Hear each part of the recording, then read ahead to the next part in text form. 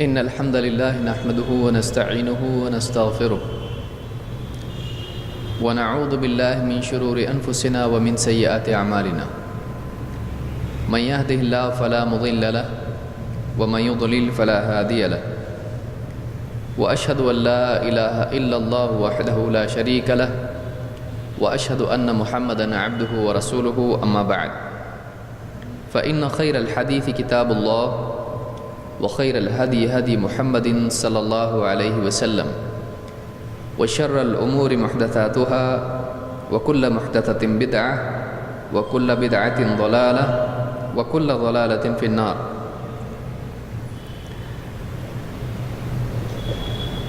قال الله تبارك وتعالى وقل رب زدني علما.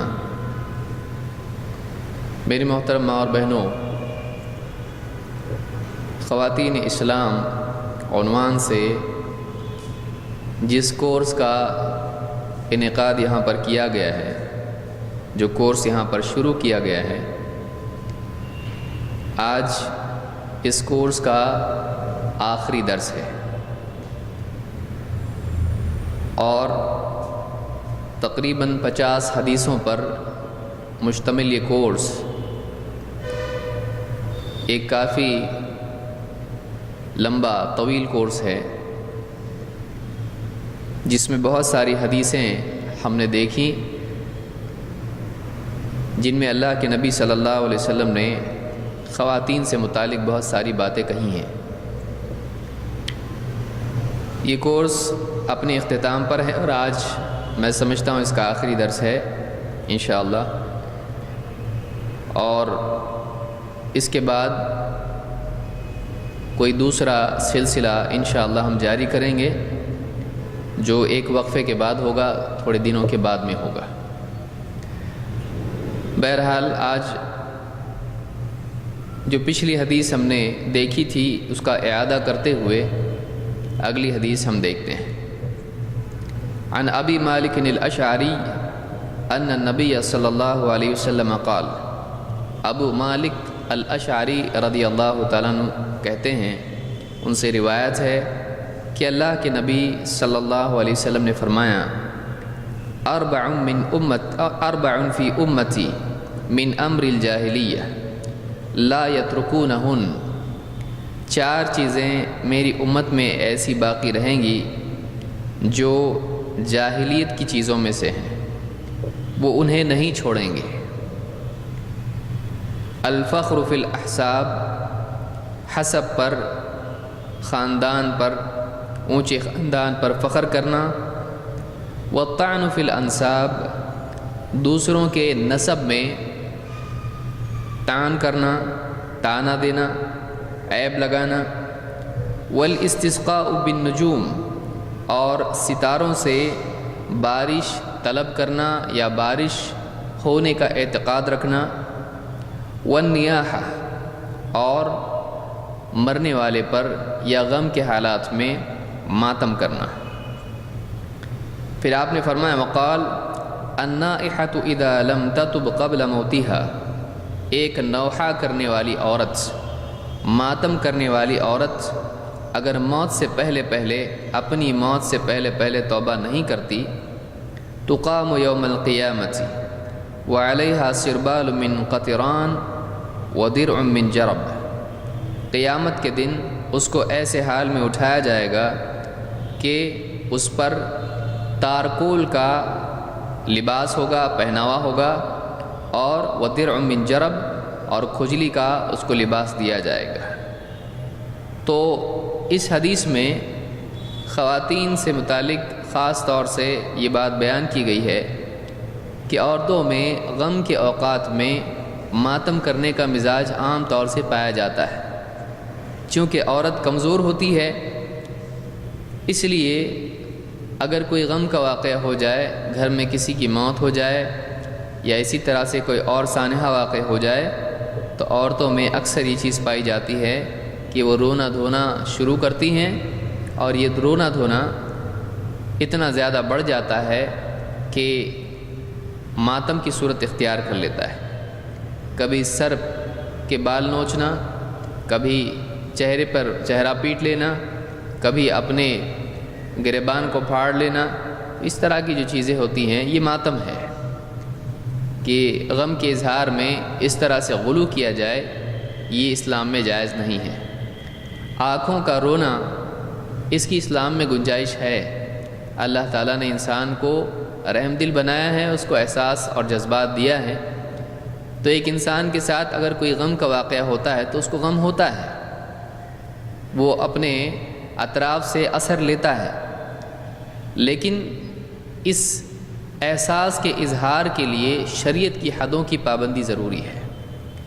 لہٰذا اللہ کے نبی صلی اللہ علیہ وسلم کے ساتھ بھی ایسے واقعات ہوئے جن میں آپ بہت غمگین ہوئے، آپ کے گھر والوں کے ساتھ میں ایسے واقعات ہوئے، لیکن انہوں نے کبھی ماتم نہیں کیا، اس لیے کہ اسلام میں ماتم کرنا جائز نہیں ہے۔ تو یہ حدیث مسلم کی ہے اور پچھلے درس میں ہم نے یہ حدیث دیکھی تھی۔ آئیے آگے بڑھتے ہیں۔ حدیث نمبر 49، عن عطاء ابن ابی رباح عن عطاء ابن ابی رباح قال قال لي ابن عباس الا اريك امرأة من اہل الجنہ۔ عطاء ابن ابی رباح سے روایت ہے، فرماتے ہیں کہ مجھ سے عبداللہ ابن عباس نے کہا الا اریک امرأة من اہل الجنہ، کیا میں تمہیں جنتی عورتوں میں سے، جنتیوں میں سے ایک عورت نہ دکھاؤں؟ قلت بلی، میں نے کہا بالکل۔ قال هذه المرأة السوداء، یہ کالی عورت، المرأة السوداء حبشی یا کالی عورت، یہ عورت اتت النبی صلی اللہ علیہ وسلم، اللہ کے نبی صلی اللہ علیہ وسلم کی خدمت میں حاضر ہوئی، فقالت انی اسرع، اور آ کے کہنے لگی مجھ کو اسرع، مرگی کا دورہ پڑنا، ایک انسان کا بے ہوش ہو کے گر جانا، تو یہ مرگی اس کو کہتے ہیں، مرگی کا دورہ مجھ کو پڑتا ہے، انی اسرع وانی اتکشف، اور اتکشف میرے لباس کا کچھ حصہ کھل جاتا ہے، میری بے پردگی ہو جاتی ہے، فادع اللہ لی، آپ اللہ سے میرے لیے دعا کیجئے، یعنی اللہ سے آپ دعا کریں کہ اللہ تعالیٰ مجھ کو شفا دے۔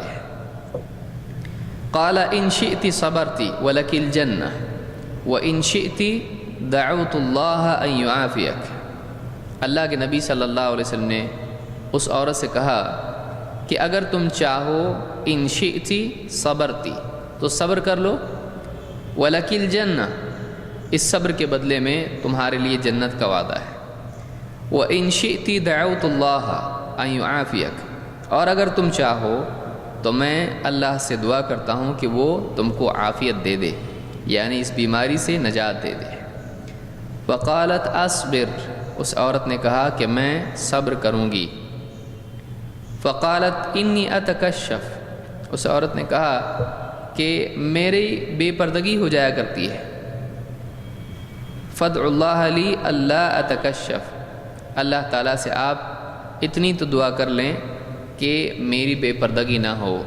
فدعا لہا، تو اللہ کے نبی صلی اللہ علیہ وسلم نے اس عورت کے لیے اللہ سے دعا کی۔ اس کو امام البخاری اور مسلم دونوں نے اپنی صحیح میں روایت کیا ہے۔ اس حدیث سے کئی باتیں سامنے آتی ہیں۔ سب سے پہلی چیز یہ کہ اللہ کے نبی صلی اللہ علیہ وسلم کے زمانے میں ایسے کئی لوگ ہوا کرتے تھے جن کے بارے میں جنت کا فیصلہ دنیا ہی میں ہو چکا تھا۔ ایسے کئی لوگ تھے جن کے کسی نہ کسی عمل کی وجہ سے انہیں دنیا ہی میں خوشخبری جنت کی دے دی گئی تھی۔ جنت کی خبر یا جہنم کا فتویٰ یہ کوئی عام انسان نہیں دے سکتا ہے۔ ابن عباس نے جو کہا کیا میں تم کو جنتی عورت نہ بتاؤں، تو آج ہم ایسا نہیں کہہ سکتے ہیں۔ کسی نیک انسان کو دیکھ کر ہم یہ کہیں یہ جنتی ہے، یا کسی برے انسان کو دیکھ کر ہم یہ کہیں کہ جہنمی ہے، یہ ہمارے لیے جائز نہیں ہے۔ کیوں جائز نہیں ہے؟ اس لیے کہ ہم کسی کے خاتمے کو نہیں جانتے ہیں، اور ہم اگر ظاہر کو جانتے ہیں تو باطن کو نہیں جانتے ہیں۔ آج اگر کوئی انسان نیک ہے، پتہ نہیں کل جا کے کچھ ایسے فتنے میں مبتلا ہو جائے اور گمراہ ہو جائے۔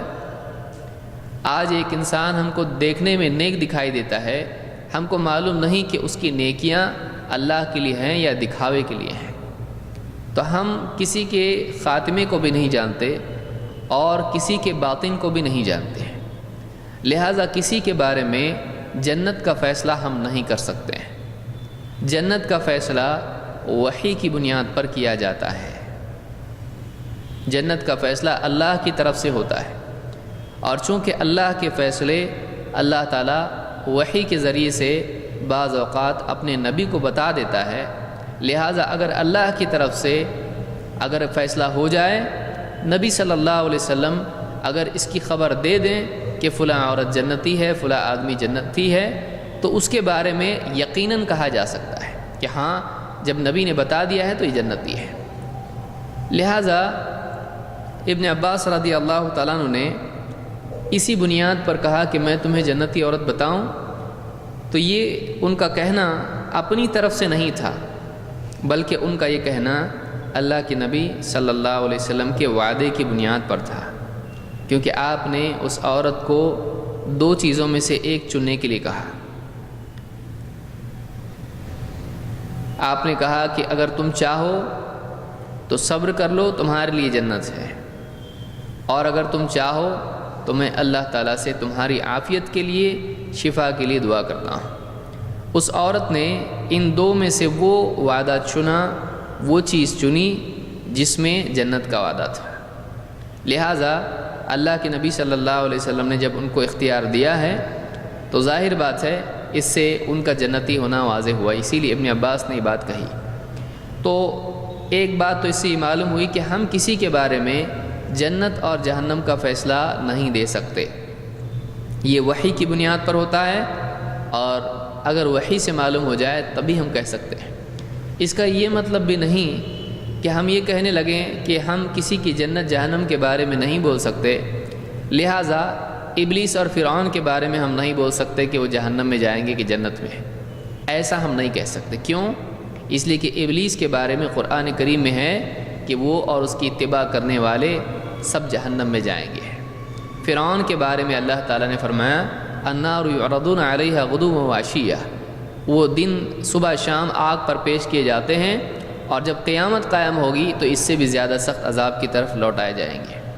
تو جن کے بارے میں نص دلیل سے معلوم ہے، اس کو نص کہتے ہیں، صاف دلیل، جن کے بارے میں نص سے معلوم ہے، ان کے بارے میں ہم نہیں کہہ سکتے ہیں کہ ہو سکتا ہے اللہ اس کو جنت میں ڈال دے، یا کسی کے بارے میں نص سے معلوم ہے کہ وہ جنتی ہے، پھر آدمی کہے کہ ہو سکتا ہے اللہ تعالیٰ کسی چیز پر پکڑ لے، نہیں، بلکہ جس کے بارے میں خبر مل چکی ہے اس کے بارے میں یقینی طور پر یہ ماننا پڑے گا کہ وہ جنتی ہے یا جہنمی ہے۔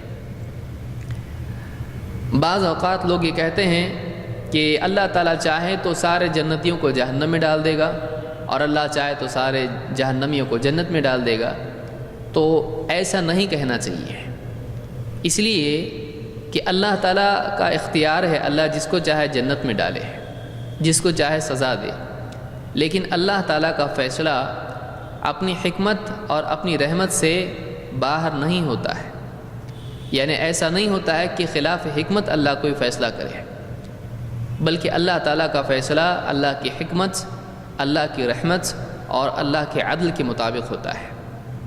اللہ کے کسی فیصلے میں ناانصافی نہیں ہوتی ہے، بلکہ اللہ تعالیٰ جو بھی فیصلہ کرتا ہے وہ عدل کی بنیاد پر اور حکمت کی بنیاد پر کرتا ہے۔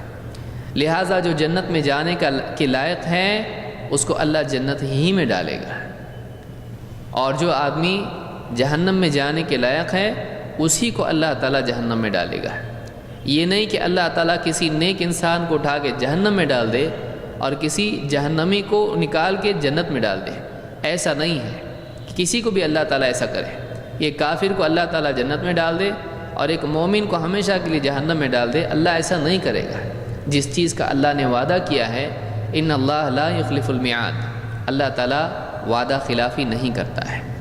تو جو باتیں اللہ تعالیٰ نے صاف صریح بتا دی ہیں، اللہ تعالیٰ ان کی خلاف ورزی نہیں کرے گا، اس بات کو بھی یاد رکھنا چاہیے۔ جیسے کوئی آدمی کہے کہ اللہ کی لعنت ہو ابلیس پر، اب دوسرا آدمی کہنے لگے تم کو کیا معلوم، ہو سکتا ہے اللہ اس کو جنت میں ڈالے، لعنت مت کرو، تو یہ جو ہے جہالت ہے، یہ صحیح نہیں ہے۔ تو بہرحال ایک بات یہ معلوم ہوئی کہ دنیا میں بعض لوگوں کے لیے جنت کی بشارت مل سکتی ہے، اور اللہ کے نبی صلی اللہ علیہ وسلم کے زمانے میں کئی لوگوں کو اس طرح کی بشارت ملی تھی، اور بعض لوگوں کے بارے میں آپ نے پہلے ہی سے کہہ دیا کہ یہ جہنمی ہے۔ تو اس سے معلوم ہوتا ہے کہ اللہ کی طرف سے آپ کو بتایا جاتا تھا اور آپ نے لوگوں کو بتا دیا ہے۔ دوسری بات اس میں یہ ہے کہ جنتی ہونے کے لیے رنگ و نسل کا کوئی معاملہ نہیں ہے، بلکہ جنتی ہونے کے لیے انسان کے اعمال، اس کا کردار اصل بنیاد ہے۔ اس لیے کہ آپ یہاں دیکھیں، ابن عباس نے اس عورت کا تعارف کرایا تو کہا هذه المرأة السوداء، یہ کالی کلوٹی عورت، یہ حبشی عورت جو کالے سیاہ فام ہے، کالے رنگ کی ہے، یہ جو عورت ہے یہ جنتی عورت ہے۔ تو جنت میں یہ نہیں کہ صرف اعلیٰ نسل کے لوگ جائیں گے، عرب کے لوگ جائیں گے، اچھے رنگ والے، کالے نہیں گورے جائیں گے، مالدار جائیں گے، اچھے نسب والے نہیں، بلکہ جنت میں جانے والا انسان اپنے ایمان اور عمل کی بنیاد پر جائے گا، گورا ہو یا کالا ہو، غریب ہو یا امیر ہو، پڑھا لکھا ہو ان پڑھ ہو، اگر واقعی وہ ایمان و عمل والا ہے، دیندار ہے، تو وہ جنت میں جائے گا۔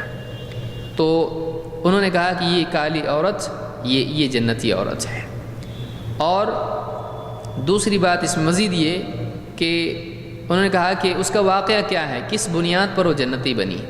کہا کہ اتت النبی صلی اللہ علیہ وسلم، وہ اللہ کے نبی صلی اللہ علیہ وسلم کے پاس آئی، فقالت انی اسرع، مجھ کو مرگی کی بیماری ہے۔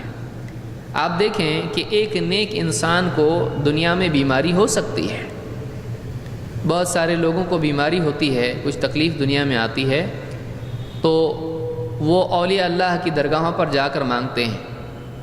آپ سوچیں کہ ایک ایسی عورت ہے جو اللہ کے نزدیک جنتی ہے لیکن دنیا میں اس کو بیماری ہے، کیا وہ اپنی بیماری کا خود علاج کر سکتی ہے؟ نہیں۔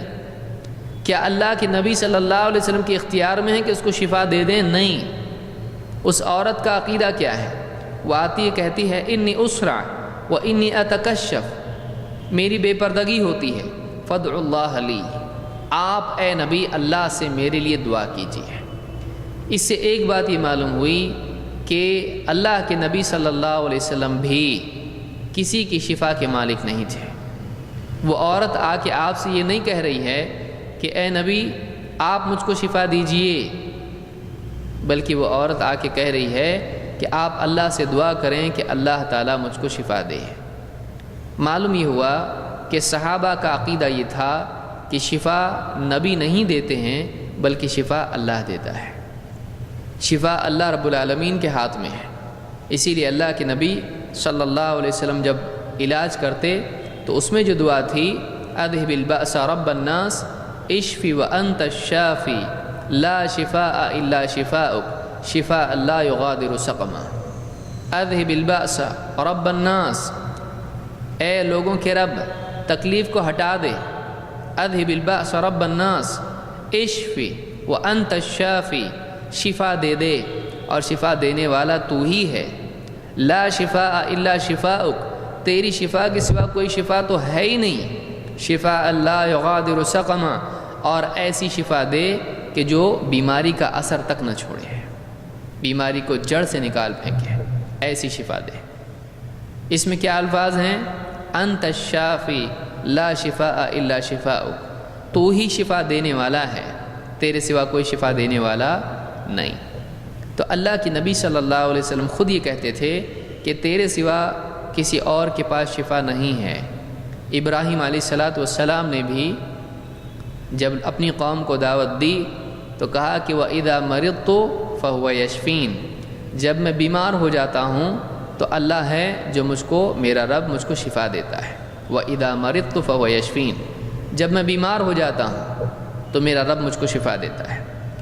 تو اس عورت نے اللہ کے نبی صلی اللہ علیہ وسلم کے پاس آ کے کہا کہ میرا ایسا ایسا مسئلہ ہے، آپ اللہ سے دعا کریں کہ وہ مجھے شفا دے۔ فادعوا اللہ لی۔ اس سے یہ بھی بات معلوم ہوتی ہے کہ کسی نیک انسان سے دعا کرنے کے لیے کہنا کوئی غلط بات نہیں ہے۔ کوئی انسان کسی سے کہے کہ میرا فلاں مسئلہ ہے، آپ میرے لیے دعا کریں، تو اس میں کوئی حرج نہیں ہے، یہ وسیلہ جائز ہے۔ وسیلے کے جو احکام ہیں ان میں یہ بھی ہے کہ ایک انسان خود تو دعا اللہ سے کرے، لیکن اگر وہ چاہے تو کسی نیک انسان سے کہہ سکتا ہے کہ آپ میرے لیے دعا کریں، یہ میرا مسئلہ ہے۔ اس میں اللہ کی شکایت نہیں ہے۔ اس سے یہ بھی معلوم ہوتا ہے کہ اپنے مسائل کا کسی کے سامنے بیان کرنا اللہ کی شکایت نہیں ہوتا ہے۔ یہ عورت اللہ کے نبی صلی اللہ علیہ وسلم کے پاس آئی، کہا کہ مجھ کو یہ بیماری ہے، آپ اللہ سے دعا کریں، یہ میرا یہ مسئلہ ہے۔ تو اپنا کوئی مسئلہ بیماری کا یا معاش کا یا کوئی اور مسئلہ کسی کے سامنے بیان کرنا یہ شکایت نہیں ہے۔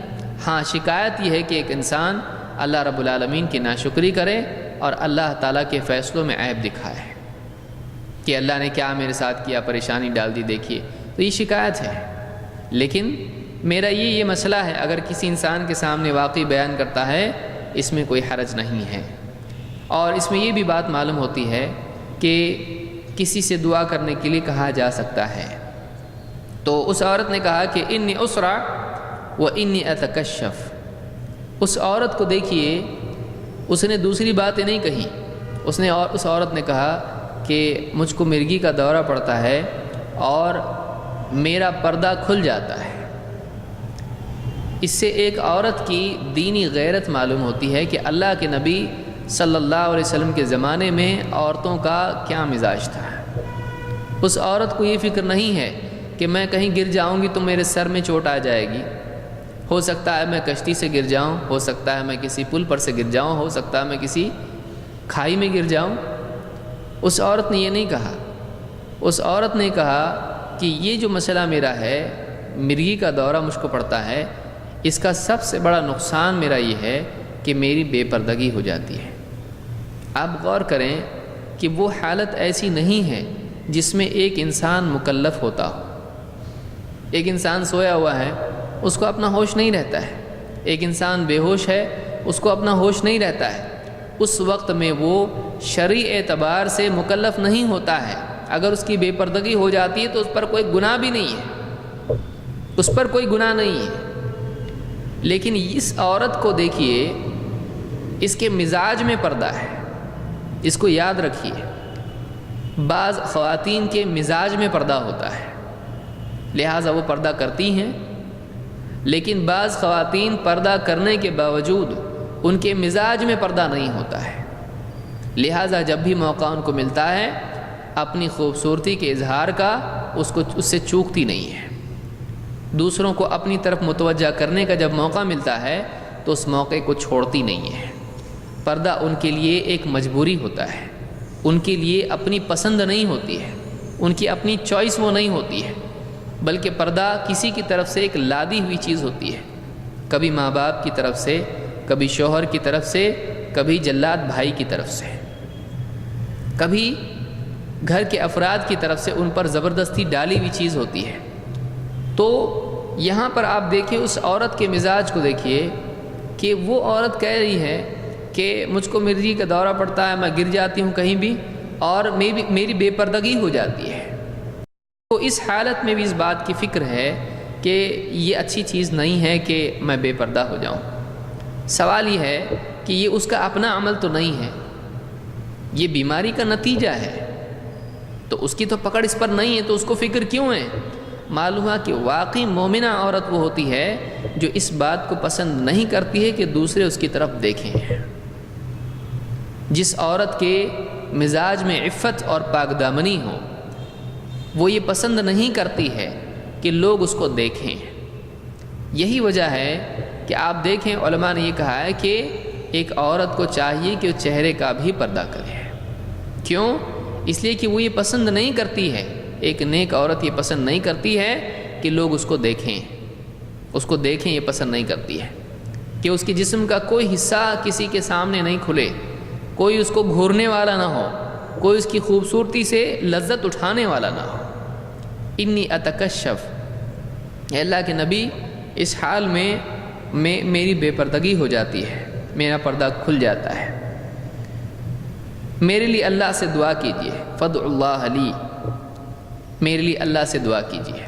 اس سے ایک بات یہ بھی معلوم ہوتی ہے کہ بیماری کے لیے علاج کے ساتھ ساتھ دعا بھی کی جا سکتی ہے۔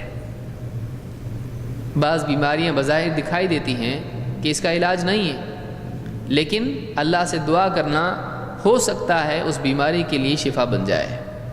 اسی لیے حدیث میں ہے کہ لا يرد القضاء الا الدعاء، قضا کو، اللہ کی طرف سے آنے والے فیصلوں کو دعا کے سوا کوئی چیز لوٹاتی نہیں ہے۔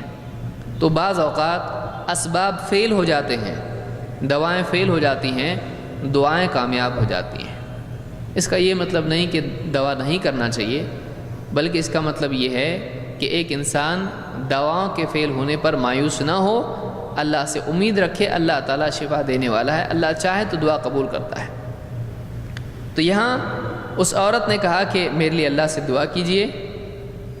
اس سے یہ بھی معلوم ہوتا ہے کہ بیماری کا ہٹانا یہ تقدیر پر ایمان کے خلاف نہیں ہے۔ بعض جاہل صوفیوں میں یہ بات آپ کو ملے گی کہ ان کی طرف سے بات کہی گئی کہ کوئی آدمی اگر بیماری کے لیے دعا کرتا ہے یا تکلیف کے ہٹانے کے لیے دعا کرتا ہے تو گویا کہ وہ اللہ تعالیٰ کی تقدیر پر راضی نہیں ہے۔ بھائی تکلیف کس نے ڈالی؟ اللہ نے، تو آپ اس کو ہٹوانا چاہتے ہیں، یعنی آپ اللہ کے فیصلے سے راضی نہیں ہیں۔ تو آپ جب اللہ کے فیصلے سے راضی ہیں تو رہنے دیجئے، یہ جہالت ہے۔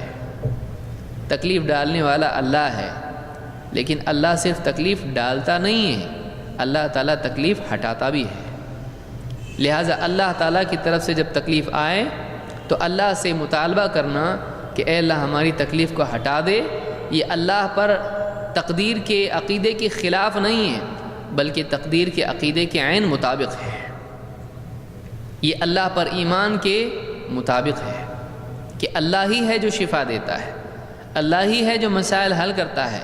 لہٰذا اس بات پر ایمان کا تقاضا ہے کہ ایک آدمی تکلیف کے وقت میں اللہ کو پکارے اور اللہ سے مانگے کہ اللہ ہماری تکلیف کو ہٹا، کیونکہ تو ہی ہے جو تکلیفوں کو ہٹاتا ہے، شفا دیتا ہے، بیماریوں کو دور کرتا ہے۔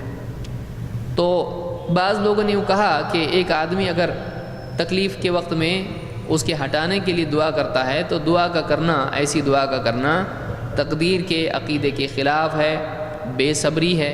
یہ بے صبری بھی نہیں ہے، بے صبری بھی نہیں ہے، اللہ سے دعا کرنا بے صبری نہیں ہے۔ تو اس عورت نے کہا کہ فادعوا اللہ لی، آپ اللہ سے میرے لیے دعا کیجیے۔ اللہ کے نبی صلی اللہ علیہ وسلم نے فرمایا ان شئتی صبرتی ولکی الجنہ وان شئتی دعوت اللہ ان یعافیک، اگر تم چاہو تو صبر کرو، اور اگر تم اور تمہارے لیے جنت ہے، اگر تم صبر کرو گی تو تمہارے لیے جنت ہے، اور اگر تم چاہو تو میں اللہ سے تمہارے لیے دعا کرتا ہوں کہ تم کو وہ عافیت دے۔ معلوم ہوا اس میں دو چیزیں، کئی باتیں معلوم ہوئی اس جملے میں۔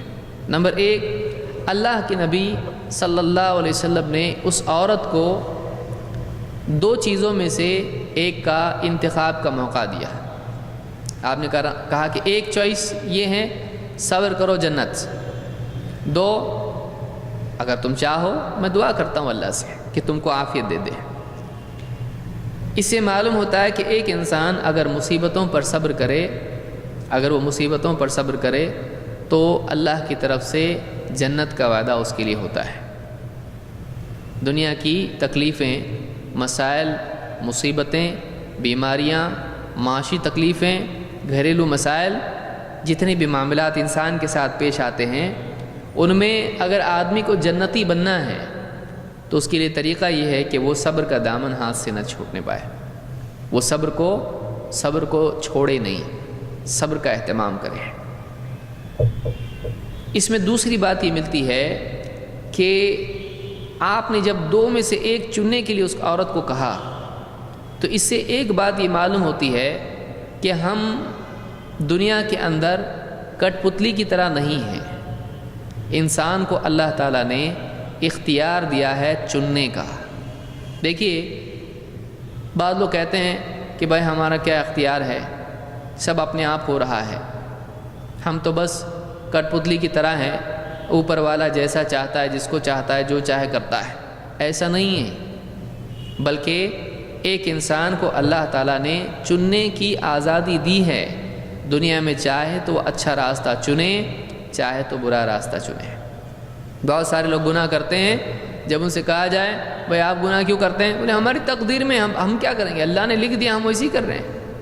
یعنی وہ یہ سمجھتے ہیں کہ اللہ تعالیٰ نے ان کو ایسے ہی بنایا اور یہ مجبور ہیں، ان کو چننے کا اختیار نہیں ہے، یہ صحیح غلط کو چن نہیں سکتے ہیں، بلکہ اللہ نے ان کو جیسا بنایا ویسے ہی کر رہے ہیں.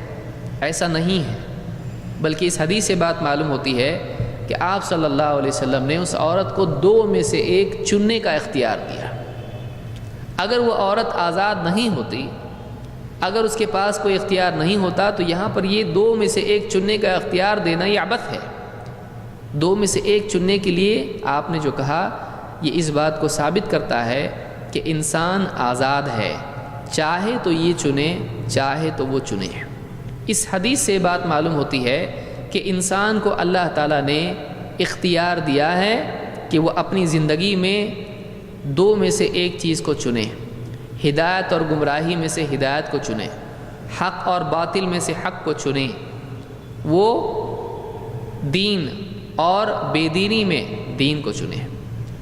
وہ دنیا اور آخرت میں سے دنیا کی فانی چیزوں کے مقابلے میں آخرت کو چنے. اس کی چوائس ہے، وہ صحیح اور غلط میں سے چننے والا ہوتا ہے، اس کو اللہ نے آزادی دی ہے. لہٰذا اس حدیث سے بات معلوم ہوتی ہے کہ آپ صلی اللہ علیہ وسلم نے اس عورت کو دو میں سے ایک چننے کے لیے کہا. لہٰذا انسان کو اختیار ہے، ایسا نہیں کہ انسان مجبور محض ہے، وہ مجبور نہیں ہے، وہ چن سکتا ہے. لہٰذا ہر انسان اپنے اعمال کا خود ذمہ دار ہے. کوئی یہ نہیں کہہ سکتا ہے اللہ جو چاہے ان سے کروا رہا ہے، نہیں، بلکہ انسان اپنے عمل کو خود چنتا ہے اور وہ ذمہ دار ہے. تو آپ نے فرمایا ان شئتی صبرتی ولک الجنہ وان شئتی دعوت اللہ ان یعافیک. اور اگر تم چاہو تو میں اللہ سے تمہارے لیے دعا کرتا ہوں کہ وہ تم کو عافیت دے. معلوم ہوا کہ عافیت نبی نہیں دیتے ہیں، عافیت اللہ دیتا ہے. عافیت کو اللہ سے مانگنا چاہیے. بہت سارے لوگ مصیبتوں میں یا غوث المدد یا رسول اللہ اور کیا نہیں، بزرگوں کو، اولیاء کو، انبیاء کو پکارتے ہیں. یہ جائز نہیں ہے، یہ جائز نہیں ہے. کیوں؟ اس لیے کہ مسائل کو حل کرنے والا اللہ ہے. آپ صلی اللہ علیہ وسلم کے پاس آنے والی عورت یہ نہیں کہہ رہی کہ آپ شفا دیجئے، اور آپ نہیں کہہ رہے ہیں کہ میں اگر تم چاہو تو میں تم کو شفا دیتا ہوں، بلکہ آپ نے کہا اگر تم چاہو تو میں اللہ سے دعا کرتا ہوں کہ وہ تم کو عافیت دے. تو یہ اللہ کے نبی صلی اللہ علیہ وسلم کے زمانے کا عام معمول تھا. وہاں ہر آدمی یہ جانتا تھا کہ شفا دینے والا اللہ ہے. اللہ کے نبی صلی اللہ علیہ وسلم نے اور سے نہیں کہا تم کو یہ معلوم نہیں پڑا اب تک کہ مشکل کشا میں ہوں. اگر ایسا ہوتا تو آپ کہتے میں مشکل کشا ہوں. تم ایسا کیسا کہہ رہی ہو کہ اللہ سے دعا کرو، تم کو مجھ سے مانگنا چاہیے. اللہ نے میرے حوالے سارے خزانے کیے ہیں، اللہ نے سب کچھ میرے ہاتھ میں دیا ہے. اللہ کے نبی صلی اللہ علیہ وسلم نے ایسا نہیں کہا، بلکہ آپ نے کیا کہا؟ اگر تم چاہو تو میں اللہ سے دعا کرتا ہوں. معلوم ہوا کہ اس عورت کا عقیدہ صحیح تھا کہ شفا دینے والا اللہ ہے. نبی سے دعا کروا سکتے ہیں، نبی سے دعا نہیں کر سکتے ہیں. دونوں میں فرق ہے. نبی سے دعا کرنا کہ آپ شفا دیجئے یہ نہیں کر سکتے ہیں. ہاں نبی سے کہہ سکتے ہیں کہ آپ اللہ سے میرے لیے دعا کیجئے. تو نبی سے دعا کروا سکتے ہیں، نبی سے دعا نہیں کر سکتے ہیں. اور وہ بھی آپ کی حیات میں، ورنہ قبر پر جا کر صحابہ نے ایسی کچھ دعا نہیں کی ہے. صحابہ قبر پر جا کر نبی صلی اللہ علیہ وسلم سے وہ کہتے ہوں کہ آپ اللہ سے دعا کیجئے، ایسا کسی صحابی سے ثابت نہیں ہے. ایسا کسی صحابی سے ثابت نہیں ہے کہ نبی صلی اللہ علیہ وسلم سے کسی نے یوں کہا ہو. تو وہ بھی آپ کی حیات میں، جب آپ کی وفات سے پہلے کا معاملہ ہے. بہرحال اس عورت سے جب آپ نے دو میں سے ایک چننے کے لیے کہا تو اس عورت نے کیا کہا؟ فقالت اصبر. اس عورت نے نہیں کہا نہیں آپ میرے لیے دعا کیجئے اور میں نے ایک عمل کر کے جنت میں ویسے بھی جا رہی ہوں، میں نماز پڑھتی ہوں، روزہ رکھتی ہوں، یہ کرتی ہوں. وہ نبی صلی اللہ علیہ وسلم کے زمانے کی عورت ہے. وہ یہ بھی کہہ سکتی تھی نہیں آپ شفا کے لیے دعا کیجئے، میں تہجد پڑھوں گی، میں روزے رکھوں گی، میں زکوٰۃ دوں گی، میں حج کروں گی، میں اور نیکیوں کے ذریعے سے بھی جنت میں جا سکتی ہوں، میں اور نیکیوں کے ذریعے سے بھی جنت میں جا سکتی ہوں، آپ دعا کیجئے میرے لیے. اس عورت نے جب دیکھا کہ اتنا بڑا موقع ہے کہ جنت کا وعدہ ہو رہا ہے، اور جب نبی وعدہ کر دے جنت کا تو وعدہ پکا ہے، ہماری نیکیاں قبول ہوں یا نہ ہوں، کل کو شیطان آ کے ہم کو گمراہ کر دے، بول نہیں سکتے. اگر آج وعدہ مل رہا ہے جنت کا تو اس موقع کو چھوڑنا نہیں چاہیے، کیونکہ نبی کا وعدہ اگر ہے وہ نبی کا اپنا وعدہ نہیں ہے، وہ اللہ کی طرف سے وعدہ ہے، اور اللہ تعالیٰ اپنے وعدے کی خلاف ورزی نہیں کرتا ہے. تو اتنا اچھا آفر نبی کی طرف سے مل رہا ہے، اتنا اچھا موقع نبی صلی اللہ علیہ وسلم کی طرف سے مل رہا ہے، اس موقع کو چھوڑنا نہیں چاہیے. یہ مومن کا مزاج ہوتا ہے کہ اگر اس کو دنیا کی تکلیف اور جنت دو میں سے ایک چننے کا موقع آئے کہ دنیا کی تکلیف سے نجات یا اس کے مقابلے میں جنت، جہنم سے نجات، کیا چننا ہے؟ چنو، دنیا کی مصیبت سے بچنا ہے یا آخرت کی مصیبت سے بچنا ہے.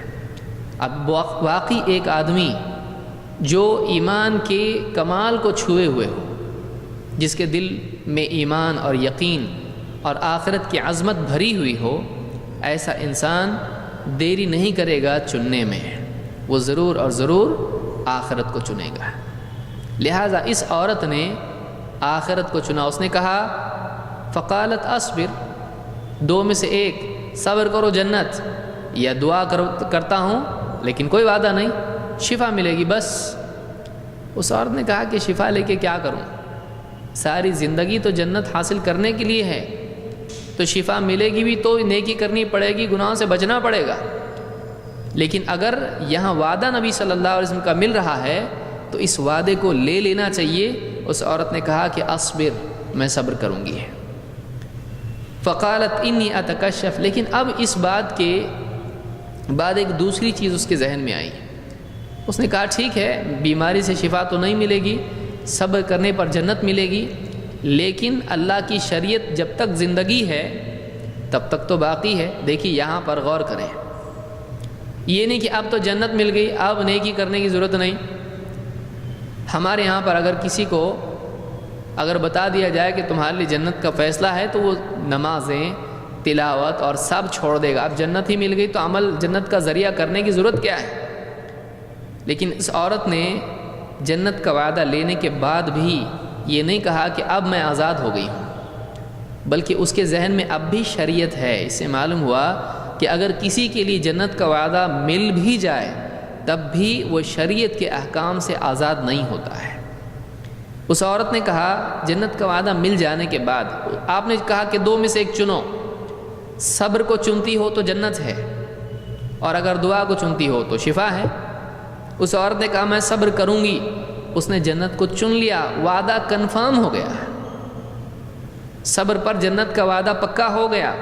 لیکن اس عورت نے اس کے باوجود کیا کہا؟ فقالت انی اتکشف، لیکن جب مرگی کا دورہ پڑتا ہے، مجھ کو چوٹ لگے گی، وہ تو الگ چیز ہے، ٹھیک ہے، لیکن میری بے پردگی بھی تو ہوتی ہے، پردہ کھل جاتا ہے جو کہ میں نہیں چاہتی ہے. فادع اللہ لی اللہ اتکشف، اے اللہ کے نبی اگر آپ شفا کے لیے دعا نہیں کرتے تو کم سے کم اتنی تو دعا کیجئے کہ جب میں دورہ پڑنے کے بعد گر جاؤں تو میری بے پردگی نہ ہو. آپ سوچیں اس عورت کی دینداری کا کیا حال ہے کہ بے ہوشی کی حالت میں بھی وہ بے پردہ ہونا پسند نہیں کرتی ہے. جنتی ہو جانے کے باوجود بھی، جنت کا وعدہ یقینی ہو جانے کے باوجود بھی بے ہوشی کی حالت میں بھی، ہوش میں نہیں. اب تو چلو شریعت ساخت ہو گئی، ایسا نہیں ہے. جنت مل گئی تو اب شریعت پہ چل کے کرنا کیا ہے؟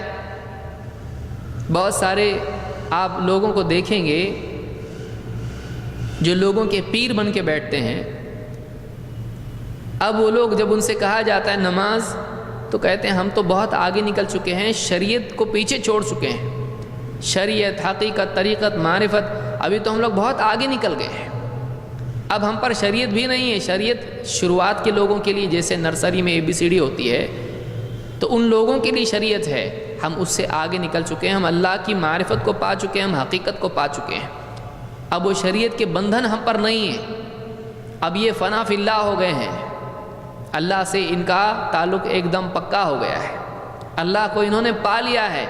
اللہ کو پانے کے لیے شریعت تھی، اب اللہ کو پا لیا ہے تو اب کیا شریعت کریں گے؟ اب کیا ضرورت ہے جب اللہ کو پا لیا ان لوگوں نے؟ اب ایسے لوگ جاہل ہوتے ہیں، بلکہ ایسوں میں سے کئی کافر ہوتے ہیں، کیونکہ ایک آدمی اگر ہوش و حواس میں یہ عقیدہ رکھے کہ ایک لمحے کے لیے بھی اس سے شریعت ساقط ہو جاتی ہے، ہوش و حواس کی حالت میں پوری شریعت اس سے ساقط ہو جاتی ہے، تو ایسا آدمی کافر ہے۔ کوئی آدمی یقین رکھتا ہو کہ کسی مرحلے میں زندگی کی جا کے اس سے شریعت کے سارے لوازمات ساقط ہو جاتے ہیں، یہ مومن نہیں ہے، کیونکہ اللہ تعالیٰ قرآن کریم میں اپنے نبی سے فرما رہا ہے وَاعْبُدْ رَبَّكَ حَتَّى يَأْتِيَكَ الْيَقِينُ، وَاعْبُدْ رَبَّكَ حَتَّى يَأْتِيَكَ الْيَقِينُ، اے نبی اپنے رب کی عبادت کرتے رہیے یہاں تک کہ آپ کو یقین آ جائے، یہاں تک کہ آپ کو یقین آ جائے، یہاں تک کہ آپ کو موت آ جائے۔ کیونکہ یقین کے معنی کیا ہے؟ قرآن کریم میں دوسری جگہ پر اللہ نے خود کہا کہ حتی اتانا الیقین، جہنمی کہیں گے کہ یہاں تک کہ ہم کو یقین آ گیا، یعنی موت آ گئی۔ مجاہد اور بہت سارے تابعین نے کہا کہ یہاں پر یقین سے مراد موت ہے، اپنے رب کی عبادت کرتے رہیے یہاں تک کہ آپ کو موت آ جائے، یہاں تک کہ آپ کی وفات ہو جائے۔ اسی لیے آپ دیکھیں گے کہ اللہ کے نبی صلی اللہ علیہ وسلم آخری وقت آپ کا ہے، لیکن آپ کو مسجد میں لایا گیا نماز کے لیے اس حال میں کہ آپ دو آدمیوں کے کندھوں پر ہاتھ رکھ کے اس طرح سے مسجد میں آئے کہ آپ کے پاؤں سے زمین میں ریت میں لکیریں بن رہی تھیں۔ شریعت کسی حال میں ساقط نہیں ہوتی ہے، نبی سے نہیں ہوتی ہے، رسولوں کے امام سے نہیں ہوتی ہے، تو باقی چرس گانجا پینے والوں سے کیسے ساقط ہوگی؟ ایسے جتنے لوگ ہوتے ہیں وہ یہ کہتے ہیں کہ ہم نے اللہ کو پا لیا ہے لہٰذا اب ہم پر شریعت نہیں، اب ہم آگے کے مرحلے میں پہنچ چکے ہیں۔ یہ سب جاہل بلکہ یہ گناہگار اور فاسق اور گمراہ لوگ ہیں۔ اولیاء اللہ ایسے نہیں ہوتے ہیں، اولیاء اللہ آخری وقت تک اللہ کی عبادت کرتے رہتے ہیں۔ تو اس عورت نے کہا کہ ٹھیک ہے اب تو میں صبر کو میں نے چن لیا، لیکن اس کے باوجود بات یہ ہے کہ جب مجھ کو یہ دورہ پڑتا ہے تو میری بے پردگی ہو جاتی ہے۔ انی اتکشف فادعوا اللہ لی اللہ اتکشف، اللہ سے اتنی تو دعا کیجئے کہ میری بے پردگی نہ ہو، میری بے پردگی نہ ہو۔ اس عورت کو بے پردہ ہونے کا اتنا قلق اور افسوس ہے کہ اس حالت میں بھی نہیں ہونا چاہیے، بے ہوشی میں بھی بے پردہ نہیں ہونا چاہیے۔ واقعی مومنہ عورت ایسی ہونا چاہیے کہ وہ کسی حال میں اپنا چہرہ، اپنے جسم، اپنی خوبصورتی کا اظہار کسی پرائے مرد کے سامنے کرنے کے لیے تیار نہ ہو، وہ ہمیشہ اپنے آپ کو چھپائے رکھنے والی ہو۔ فدعوا اللہ لی اللہ اتکشف، راوی کہتے ہیں کہ فدعا لہا، لہٰذا اللہ کے نبی صلی اللہ علیہ وسلم نے چونکہ یہ چیز شریعت سے متعلق تھی تو آپ نے اس عورت کے لیے دعا کی کہ اے اللہ اس کے لیے ایسا نہ ہو کہ یہ بے ہوشی میں بے پردہ ہو جائے۔ لہٰذا آپ دیکھیں اس حدیث سے کئی باتیں معلوم ہوئی اور کتنی ساری باتیں اس حدیث میں چھپی ہوئی ہیں، اور بھی کئی باتیں اس میں سے اہل علم بتا سکتے ہیں، اس میں جتنا غور کیا جائے مزید اور باتیں سامنے آئیں گی۔ تو یہ بخاری اور مسلم کی حدیث تھی جس میں ایک بات یہ معلوم ہوئی کہ ایک عورت اگر مصیبت پر صبر کر لے اس کے لیے جنت ہے۔ اس میں آپ یہ بھی دیکھیں کہ وہ جو عورت تھی وہ کالی کلوٹی عورت تھی۔ کوئی عورت یہ سوچے کہ پردہ تو خوبصورت عورتوں کے لیے ہے، اگر کوئی عورت خوبصورت نہیں ہے تو کون اس کو دیکھے گا، اس کو پردے کی کیا ضرورت ہے؟ اسلام میں ایسا نہیں ہے۔ ایک عورت خوبصورت ہو یا نہ ہو، اگر وہ عورت ہے تو اس کو پردہ کرنا ضروری ہے۔ اسی لیے آپ یہاں دیکھیں، اتنا سارا قصہ غور کریں، وہ عورت کیسی عورت ہے؟ کالی عورت ہے۔ یہاں ایک شبہ یہ پیدا ہوتا ہے کہ ابن عباس نے اس عورت کے بارے میں کیسے پہچانا کہ کون عورت ہے؟ کیا وہ پردہ نہیں کرتی تھی بعد کے دور میں؟ اتنا سب پردے کا مسئلہ ہونے کے بعد پھر بے پردہ کیسے پہچانا اس کو؟ دوسری روایت سے معلوم ہوتا ہے کہ ابن عباس رضی اللہ تعالیٰ عنہ کعبہ کے پاس تھے اور وہ عورت طواف کر رہی تھی، یعنی یہ حج کے یا عمرے کے وقت میں اس طرح کا معاملہ تھا کہ وہ عورت آ کے کعبہ کا طواف کر رہی تھی، اور اس حال میں انہوں نے کہا کہ وہ عورت دیکھو ایسی ایسی عورت ہے۔ تو اس سے یہ ثابت نہیں ہوتا کہ عام حالات میں انسان بے پردہ ہو سکتا ہے۔ ایسی بہت ساری روایتیں ہیں جو حج سے متعلق ہیں، تو اس میں عورتیں پردہ اپنا چہرہ کھولتی ہیں بعض حالات میں، تو یہ اسی پر محمول کیا جائے گا، نہ یہ کہ اس کو عام رکھا جائے۔ حج کے وقت میں عورتیں چہرہ کھول سکتی ہیں، لیکن افضل ان کے لیے ہے کہ وہ اپنا چہرہ اجنبیوں سے ڈھانپ لیں، یہی فتویٰ عام علماء نے دیا ہے۔ تو اس روایت سے یہ ساری باتیں معلوم ہوتی ہیں کہ ایک عورت اگر خوبصورت نہ بھی ہو تو اس کو چاہیے کہ وہ پردہ کرے، وہ یہ نہ کہے کہ میری خوبصورت نہ ہونا ہی میرے لیے پردہ ہے، کوئی میری طرف دیکھے گا نہیں، ایسا نہیں ہوتا ہے۔ مزید یہ آگے دوسری حدیث ہم دیکھتے ہیں کہ صبر کے تعلق سے ایک اہم بات اللہ کے نبی صلی اللہ علیہ وسلم نے بیان کی ہے، وہ یہ کہ صبر اپنے ابتدائی مرحلے میں ہونا چاہیے، بعد میں اپنے آپ صبر پہ آدمی آ جاتا ہے۔ عن ثابت البنانی قال سمعت انس بن مالک یقول، ثابت البنانی کہتے ہیں میں نے انس بن مالک رضی اللہ تعالیٰ سے سنا، وہ کہہ رہے تھے یقول لامرأۃ من اہلہ، اپنے گھر میں کسی خاتون سے انہوں نے کہا تعرفین فلانہ، فلانی عورت کو جانتی ہو؟ قالت نعم، انہوں نے کہا کہ ہاں جانتی ہوں۔ قال فإن النبي صلی اللہ علیہ وسلم مر بها وهي تبكي عند قبر، اللہ کے نبی صلی اللہ علیہ وسلم اس کے پاس سے گزرے اور وہ عورت قبر کے پاس بیٹھی رو رہی تھی، قبر کے پاس بیٹھی رو رہی تھی، اور نبی صلی اللہ علیہ وسلم کا گزر اس پر سے ہوا۔ مسلم کے الفاظ ہیں اتی علی امرأۃ تبکی علی صبی لہا، اللہ کے نبی صلی اللہ علیہ وسلم کا گزر ایک عورت پر سے ہوا جو بیٹھی اپنے بیٹے کے لیے، بچے کے لیے رو رہی تھی، بچہ اس کا فوت ہو گیا، وہ اس کی قبر پر بیٹھی رو رہی تھی غم کی وجہ سے، فراق کی وجہ سے۔ فقال اتق اللہ واصبری، آپ نے کہا اللہ سے ڈر، اللہ سے ڈرو اور صبر کرو، اللہ سے ڈرو اور صبر کرو۔ فقالت الیک عنی فإنک خلو من مصیبتی، اس عورت نے کہا چلو چلو اپنا راستہ ناپو۔ اس عورت نے کیا کہا؟ الیک عنی، عربی زبان میں الیک عنی کا مطلب کیا؟ تم کو مجھ سے کیا لینا دینا ہے؟ تمہارا مجھ سے کیا، میرے معاملے میں مجھ کو کیوں دخل دے رہے ہو؟ مجھ کو کیوں ڈسٹرب کر رہے ہو؟ الیک عنی، چلو نکلو یہاں سے۔ یہ اثر اس کا ہے جملے کا، الیک عنی، تمہارا مجھ سے کیا رشتہ، تم کو مجھ سے کیا لینا؟ فإنک خلو من مصیبتی، تم کو وہ تکلیف تھوڑے ہی پہنچی ہے جو مجھ کو پہنچی ہے، تم کو وہ تکلیف کہاں سے پہنچی جو مجھ کو پہنچی ہے، تمہیں کیا معلوم میری کیا تکلیف ہے؟ قال فجاوزها ومضى، فرماتے ہیں کہ اللہ کے نبی صلی اللہ علیہ وسلم نے اس عورت سے کچھ نہیں کہا اور آپ وہاں سے نکل گئے، آپ نے اس کو ڈانٹا نہیں، ڈپٹا نہیں، نظر انداز کر دیا اور آپ نے اس سے اعراض کیا اور وہاں سے نکل گئے۔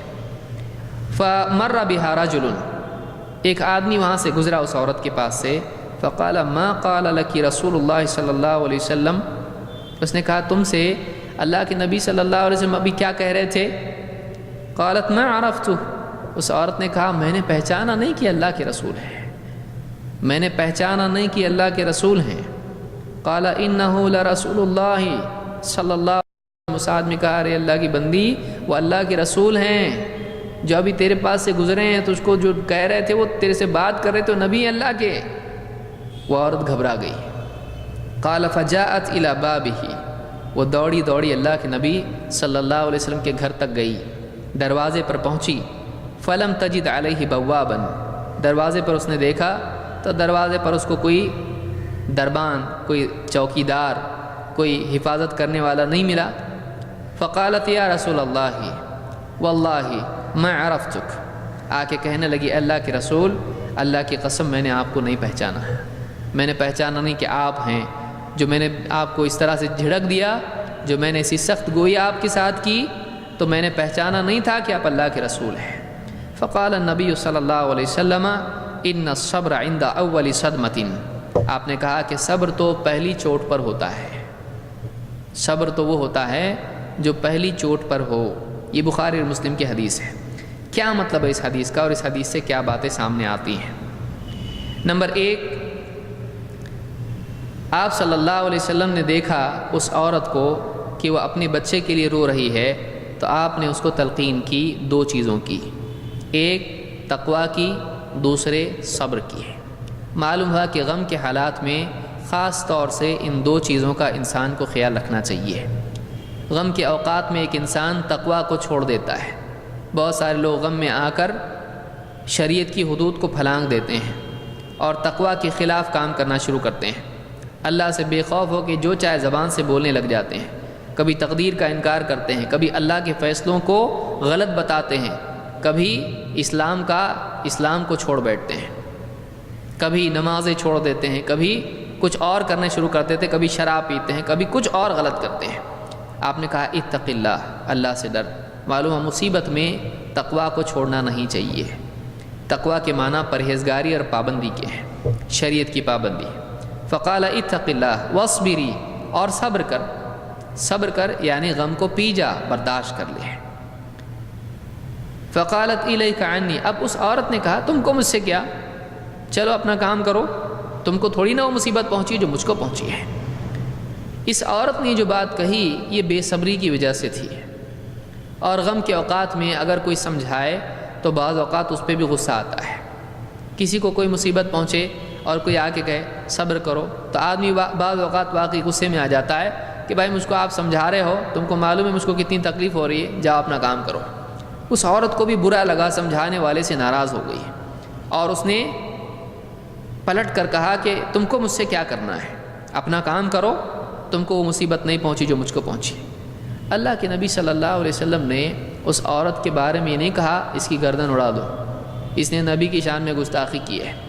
آپ نے اس عورت کے غم کو دیکھتے ہوئے اس کو معذور سمجھا اور آپ نے اس کو چھوڑ کے آپ اس سے آگے نکل گئے. لیکن دوسرا آدمی اس عورت کے پاس پہنچا اور کہا کہ تجھ سے کیا کہا اللہ کے نبی نے ابھی.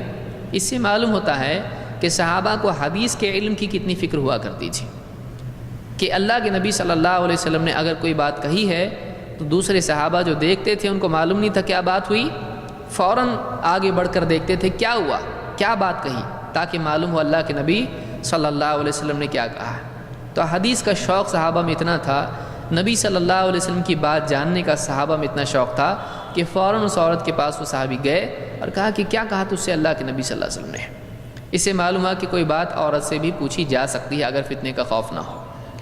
تو اس آدمی نے جب پوچھا تو اس نے کہا، جب اس آدمی نے کہا کہ اللہ کے رسول صلی اللہ علیہ وسلم نے تجھ سے کیا کہا، تو اس عورت کے کان ابھی رونگٹے کھڑے ہو گئے. اب اس کو سمجھ میں آیا کہ جو شخص آ کے مجھ کو یوں کہہ رہا تھا اس نے دھیان ہی نہیں دیا کون بول رہا ہے. اب اس کی سمجھ میں آ گیا کہ ہاں وہ تو اللہ کے رسول تھے. اس نے کہا کہ میں نے تو پہچانا نہیں، میں نے پہچانا نہیں کہ وہ اللہ کے رسول ہیں. اس نے کہا اللہ کی بندی وہ اللہ کے رسول ہیں، وہ اللہ کے رسول ہیں. اس سے معلوم ہوا کہ صحابہ کو علم غیب نہیں تھا. وہ عورت صحابیاں ہیں، نبی کے زمانے کی عورت ہے، لیکن اس عورت کو علم غیب نہیں ہے. اور آج ایک آدمی ذرا سے دنوں میں ولی بن جاتا ہے کپڑے اتار کے اور چرس گانجا پینے لگ جاتا ہے اور اس کو ساری چیزوں کا بھید معلوم پڑتا ہے. لوگوں کی گاڑیاں کھو گئی ہیں وہ ان کو بتاتا ہے، کس کا رشتہ کب ہونے والا ہے وہ بتاتا ہے، اور ریس کے گھوڑے ان کے کون سے نمبر آنے والے سب بتاتا ہے، لاٹری بھی بتاتا ہے. علم غیب صحابہ کو نہیں تھا. اس عورت نے کیا کہا، واللہ قسم کھا کے کہا میں عرفت، واللہ ما عرفتک، اے اللہ کے نبی اللہ کی قسم میں نے آپ کو نہیں پہچانا۔ وہ عورت دوڑی دوڑی آئی دروازے پہ اللہ کے نبی صلی اللہ علیہ وسلم کے، اور وہاں پر اس نے کسی کو رکھوالی کرتے نہیں پایا، کیونکہ اللہ کے نبی صلی اللہ علیہ وسلم کو اللہ پر بھروسہ تھا، اور آپ اپنے دروازے کے باہر دربان کھڑے نہیں کرتے تھے، سیکیورٹی گارڈ آپ کے یہاں پر نہیں ہوا کرتے تھے۔ جو چاہے انسان آ کے آپ سے ملتا تھا، جو بھی چاہے آپ سے ملتا تھا۔ اس عورت نے کہا اے اللہ کے رسول میں نے آپ کو پہچانا نہیں، اللہ کی قسم میں نے آپ کو نہیں پہچانا۔ آپ نے کہا ان الصبر عند اول صدمۃ، آپ نے اس عورت سے نہیں کہا کہ آئندہ خیال رکھا کرو یا تم کو یہ سزا دی جاتی ہے۔ آپ نے اس عورت کی اس بات پر دھیان نہیں دیا، کیونکہ آپ صلی اللہ علیہ وسلم لوگوں کی ایسی باتوں کو نظر انداز کر دیا کرتے تھے۔ آپ نے نہیں کہا تم کو جاننا چاہیے میں کون ہوں، تم کو معلوم ہونا چاہیے میں اللہ کا رسول ہوں، تم کو میرا مرتبہ معلوم ہونا چاہیے، میرا انسلٹ تم نے کیا ہے لہٰذا تم کو یہ سزا ہے۔ بڑا آدمی لوگوں سے عزت اپنی منواتا نہیں ہے کہ تم نے میری عزت کرنا چاہیے، مجھ کو بڑا ماننا چاہیے۔ واقعی جو بڑا ہوتا ہے وہ لوگوں سے اپنی بڑائی منواتا نہیں ہے، ایک چھوٹا آدمی ہی اپنی بڑائی منوانے کی کوشش کرتا ہے۔ اللہ کے نبی صلی اللہ علیہ وسلم نے ایک جملہ بھی اس عورت سے نہیں کہا کہ تم نے ایسا مجھ کو کیوں کہا، تم نے ایسا نہیں بولنا چاہیے تھا، ایسا کرنا چاہیے تھا۔ آپ خاموش رہے، کیوں؟ اس لیے کہ اس عورت کو واقعی غم کی حالت میں اس نے بات کہی تھی۔ تو ایسے حالات میں اگر کوئی انسان پریشانی میں ہے، تکلیف میں ہے، غم کے حالات میں ہے، اگر اس کی زبان سے آپ کی گستاخی میں آپ کے دل توڑنے والی کوئی بات زبان سے نکل جاتی ہے تو آپ کو ناراض نہیں ہونا چاہیے۔ بعض اوقات ایسا ہوتا ہے کسی کے جنازے میں کوئی چلا گیا اور وہاں جانے کے بعد میں لوگ غم کی حالت میں ہیں، اور اس وقت میں اگر اس پر دھیان نہیں دیتے ہیں یہ ناراض ہو جاتا ہے۔ جیسے کوئی نکاح میں گیا ہو کہ انہوں نے مجھ کو سلام نہیں کیا، انہوں نے بیٹھنے کے لیے کرسی نہیں دی، انہوں نے مجھ کو چائے نہیں دی۔ جانے والا آدمی اپنی عزت وہاں بھی چاہتا ہے، حالانکہ اس وقت میں لوگ اپنے اپنے غم میں، اپنی تکلیف میں ہوتے ہیں۔ اس کو چاہیے کہ اس وقت میں جو بھی کوتاہی اس کے احترام میں، اس کی عزت میں ہو رہی ہے اس کو نظر انداز کرتے ہیں۔ ایسے وقت میں لوگ جھگڑے نکال لیتے ہیں، ناراض ہو کے اپنے گھروں کو واپس آ جاتے ہیں، جنازے میں بھی شریک نہیں ہوتے ہیں۔ تو یہ وقت نہیں ہوتا ہے کہ آپ اپنی عزت لوگوں سے منوائیں، یہ وقت ہوتا ہے کہ آپ لوگوں کی کوتاہیوں کو نظر انداز کریں۔ تو اس عورت کے غم کی وجہ سے اور اس کی تکلیف کی وجہ سے آپ صلی اللہ علیہ وسلم نے اس کے جملوں کو نظر انداز کر دیا ہے۔ اور آپ نے کیا جملہ کہا؟ آپ نے کہا ان الصبر عند اول صدمۃ، صبر تو پہلی چوٹ پر ہوتا ہے۔ کیا مطلب اس کا ہے؟ دیکھیے ایک آدمی کو چوٹ لگی، مان لیجئے کسی کے گھر میں میت ہو گئی، کوئی مر گیا، شروع میں انسان بہت روتا ہے، غم وغیرہ بہت کچھ ہوتا ہے، پھر دھیرے دھیرے آپ صبر کریں یا نہ کریں دھیرے دھیرے وہ غم کم ہوتا چلا جاتا ہے، بعد میں صبر آسان ہو جاتا ہے۔ 1 سال کے بعد وہ غم نہیں ہوتا ہے جو جب وفات کا وقت آیا، جب جھٹکا لگا، اس کو خبر ملی جب موت کی، تب وہ بات تھی بہت معاملہ ایک دم جوش میں تھا۔ لیکن 1 سال کے بعد کیا وہی غم رہتا ہے؟ نہیں۔ 1 سال کے بعد کیا وہی چوٹ پہنچتی ہے؟ نہیں، بلکہ معاملہ ٹھنڈا اور آسان ہو جاتا ہے۔ تو اسی طرح سے وقت گزرنے کے بعد صبر اپنے آپ آ جاتا ہے۔ صبر کا حکم تب نہیں ہے جب آپ کا غم ٹھنڈا ہو جائے، صبر کا حکم تب ہے جب آپ کا غم، آپ کا غصہ، آپ کی تکلیف تازہ ہے۔ یعنی چوٹ جب پہنچتی ہے، جب غم کی شروعات ہوتی ہے، جب آدمی کی زندگی میں تکلیف نئی ہوتی ہے، اس وقت میں آدمی کو صبر کرنا چاہیے۔ وہ وقت ہوتا ہے جب آدمی برداشت کر لے، بعد میں تو اپنے آپ صبر کرنا آسان ہو جاتا ہے۔ بعد میں جب عادت ہو جاتی ہے تو لوگ صبر کر ہی لیتے ہیں، اپنے آپ حالات دھیرے دھیرے آسان ہو جاتے ہیں۔ لیکن اس وقت میں صبر کرنا چاہیے جب غم تازہ ہو۔ اس سے یہ بات معلوم ہوتی ہے۔ اس میں ایک اور بات یہ بھی معلوم ہوتی ہے کہ اگر کوئی آدمی اس کو یہ معلوم نہ ہو کہ یہ بات نبی کی ہے اور وہ اس کا انکار کر دے تو اس سے وہ آدمی کافر نہیں ہوتا ہے۔ اس کو اچھی طرح سے سمجھ لیں۔ بہت سارے لوگ فوراً کفر کے فتوے لوگوں پر لگاتے ہیں، تو نے حدیث نہیں مانا تو کافر۔ ہو سکتا ہے وہ آدمی اس حدیث نہیں مانتا ہو سکتا ہے وہ آدمی کا یہ حدیث معتبر نہیں ہے، اس آدمی کے نزدیک ہو سکتا ہے کہ وہ بات نبی کی نہ ہو۔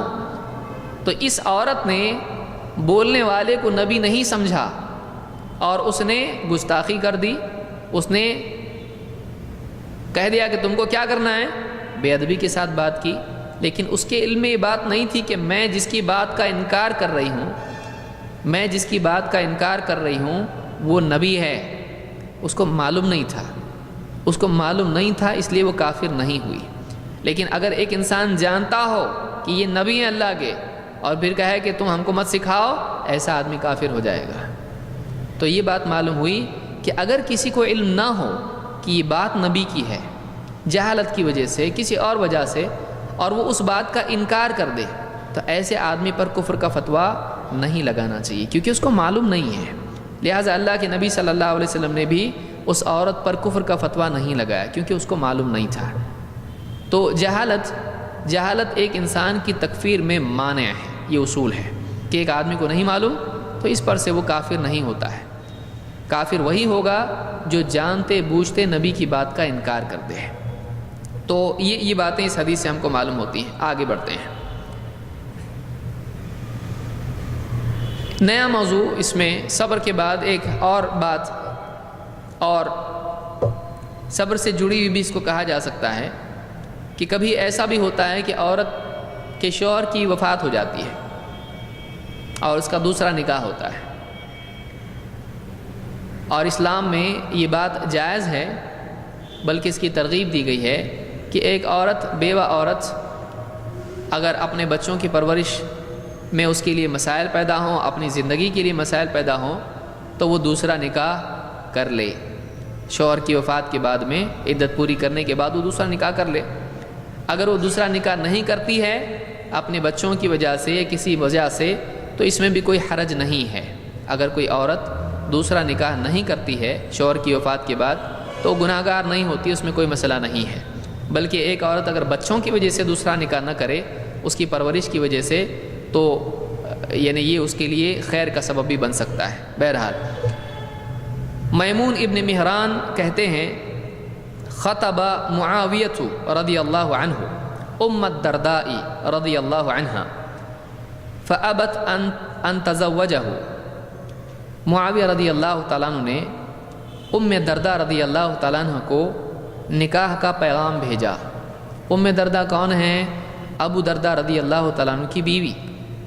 جب حضرت ابو درداء کا انتقال ہو گیا تو حضرت معاویہ نے ان کو نکاح کا پیغام بھیجا۔ اس میں کوئی برائی نہیں ہے کہ ایک بیوہ ہے، اگر وہ اس کی عدت ختم ہو جاتی ہے اس کے بعد کوئی اس کو نکاح کا پیغام بھیجے۔ اسلام میں بیوہ کا نکاح کوئی غلط بات نہیں ہے۔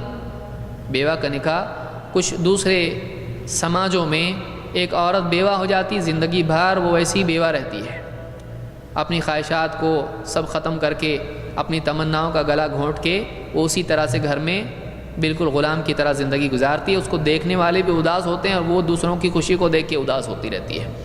اسلام میں کسی عورت پر اس طرح کا ظلم نہیں ہے۔ اسلام میں ہے کہ ایک عورت بیوہ ہو جائے وہ دوسرا نکاح کر سکتی ہے۔ کبھی کبھی ایک دم یعنی نکاح کے کچھ دنوں میں شوہر کا انتقال ہو جاتا ہے ایکسیڈنٹ کی وجہ سے، کسی وجہ سے، کیا وہ عورت اسی طرح سے اپنی پوری زندگی گزارے گی؟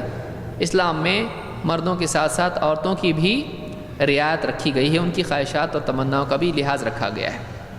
بہرحال تو ابو درداء رضی اللہ تعالیٰ عنہ کا جب انتقال ہو گیا تو ام درداء رضی اللہ تعالیٰ عنہ کو معاویہ رضی اللہ تعالیٰ عنہ نے نکاح کا پیغام بھیجا۔ فابت ان تزوجہ، ام درداء نے اس پیغام کا انکار کر دیا، اس کو قبول نہیں کیا۔ وقالت، اور کیا کہا؟ وقالت سمعت ابا الدرداء رضی اللہ عنہ یقول قال رسول اللہ صلی اللہ علیہ وسلم المرأة فی آخر ازواجها او قال لآخر ازواجها او کما قالت ولست اريد بأبی الدرداء بدلا۔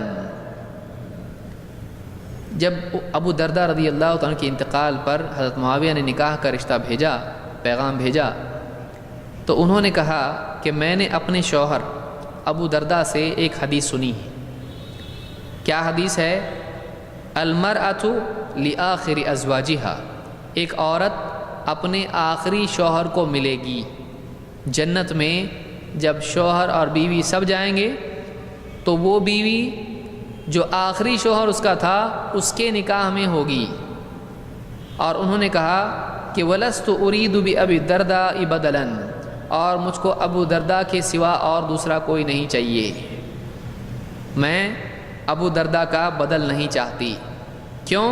اگر میں نے یہ نکاح کر لیا تو اب ابو درداء سے میرا رشتہ ہو جائے گا ختم، اور اگر میں بھی جنت میں گئی وہ بھی گئے تو اب میں ابو درداء کے ساتھ جنت میں نہیں رہوں گی بلکہ میرے آخری شوہر کے ساتھ رہوں گی، لہٰذا مجھ کو دوسرا کوئی نہیں چاہیے، مجھ کو ابو درداء ہی چاہیے۔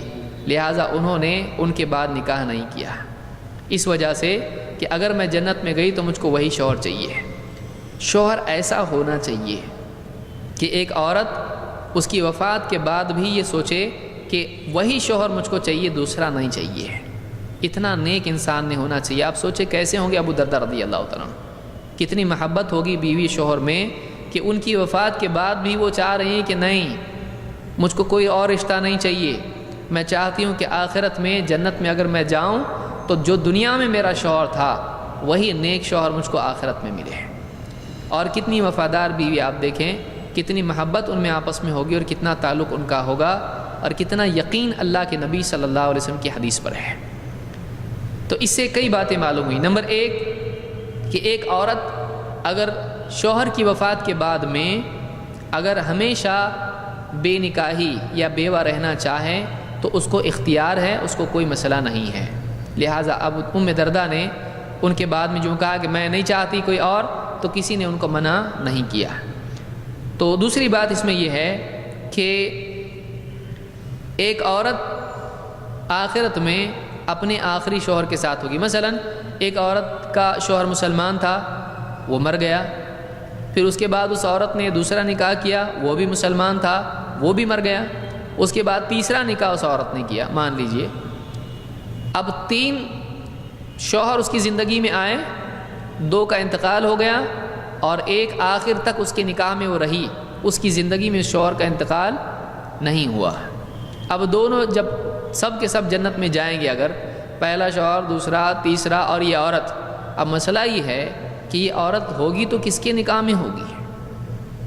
پہلا شوہر، دوسرا، تیسرا۔ پہلا یہ نہیں کہہ سکتا میں پہلا تھا، نہیں، بلکہ حدیث یہ بتا رہی ہے کہ وہ عورت اس آخری شوہر کے نکاح میں ہوگی، کیونکہ اس نے خود چنا کہ میں کسی اور سے نکاح کروں، تو وہ عورت اس آخری شوہر کے نکاح میں ہوگی اگر وہ جنتی ہے تو۔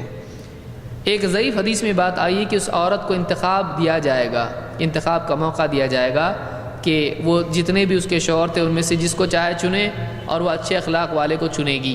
ایسا نہیں ہے، یہ حدیث ضعیف ہے، یہ صحیح حدیث نہیں ہے۔ صحیح حدیث وہی ہے جو میں نے ذکر کی، اس کو ابو علی الحرانی نے، القشیری نے اپنی تاریخ رقہ میں ذکر کیا ہے، اور صحیح میں شیخ الالبانی نے اس کو 1281 پر صحیح کہا ہے کہ صحیح بمجموع طرق ہی، تمام طرق کی بنیاد پر یہ حدیث صحیح ہے۔ اس حدیث سے بات معلوم ہوتی ہے کہ دنیا کے جوڑے آخرت میں بھی ہوں گے، یعنی دنیا میں جیسے بیوی شوہر نکاح کی حالت میں ہوتے ہیں ویسے ہی آخرت میں بھی بیوی اور شوہر نکاح کی حالت میں ہوں گے، یعنی وہاں بھی یہ لوگ ہوں گے۔ بعض لوگ کہتے ہیں جنت میں ہم کو یاد رہے گا دنیا کا، یاد رہے گا، دنیا میں بیوی وہ رہے گی ساتھ میں۔ دنیا میں بیوی شوہر جو تھے وہ آخرت میں جنت میں بھی ساتھ میں ہوں گے، بشرطے کہ اس طرح کا کوئی معاملہ نہ ہو کہ دونوں الگ ہو جائیں، دونوں میں سے ایک جہنم میں چلا گیا، دونوں الگ ہو جائیں گے، یا دونوں میں سے ایک کی وفات ہو گئی، مثلا شوہر کی وفات ہو گئی اور بیوی نے دوسرا نکاح کر لیا، تو اب وہ پہلے شوہر کے نکاح میں نہیں ہوگی، اب وہ دوسرے شوہر کے نکاح میں ہے۔ اس سے ایک یہ بات بھی معلوم ہوتی ہے کہ شوہر کے انتقال کے بعد بیوی اس کے نکاح سے نکل نہیں جاتی ہے۔ بعض لوگ کہتے ہیں بیوی نکاح سے نکل جاتی ہے اور اس کو چھو بھی نہیں سکتی ہے، میت ہوتی ہے تو اس کو پرائی عورت بنا دیا جاتا ہے، وہ اپنے شوہر کو چھو بھی نہیں سکتی ہے۔ ایسا نہیں ہے، بلکہ وہ اس کے نکاح میں باقی رہتی ہے، اس لیے تو اس کی بیوہ مانی جاتی ہے، اس کے شوہر کا تعلق اس سے ہوتا ہے۔ پھر اگر اس کے شوہر کے بعد یہ عورت مر جاتی ہے تو پھر وہ کس کے نکاح میں ہے؟ وہ اسی شوہر کے نکاح میں، جب تک کہ وہ دوسرا نکاح نہیں کرتی ہے۔ جب وہ دوسرا نکاح کر لیتی ہے تو پچھلے شوہر کے نکاح سے وہ نکل جاتی ہے، یہ بھی بات یاد رکھنے کی ہے۔ تو یہ بات بھی معلوم ہوئی کہ دنیا کے رشتے وہاں باقی رہیں گے، اور ایک عورت اگر پچھلے شوہر سے اسی نکاح میں ہے اور نیا نکاح نہیں کرتی ہے تو وہ اسی کے ساتھ میں جنت میں رہے گی، دنیا کے جوڑے آخرت میں بھی رہیں گے۔ تو یہ صحیح روایت ہے۔ آخری حدیث ہم دیکھتے ہیں اور ہمارا یہ کورس انشاءاللہ ابھی مکمل ہو جائے گا۔ آخری حدیث کیا ہے؟ جنت میں جائیں گے۔ اب مثلا ایک عورت سوچے گی کہ میرے شوہر کا انتقال ہو گیا، 70 سال کے ہو کے انتقال ہوا، اب یہ ہو گئی ان کے بعد میں اور 80 سال کی، تو اب کیا جنت میں بوڑھے رہیں گے یا جوان رہیں گے یا بچے رہیں گے، کیا رہیں گے؟ تو جنت میں جتنے بھی جنتی ہوں گے، جنتی سب کے سب جوان ہوں گے۔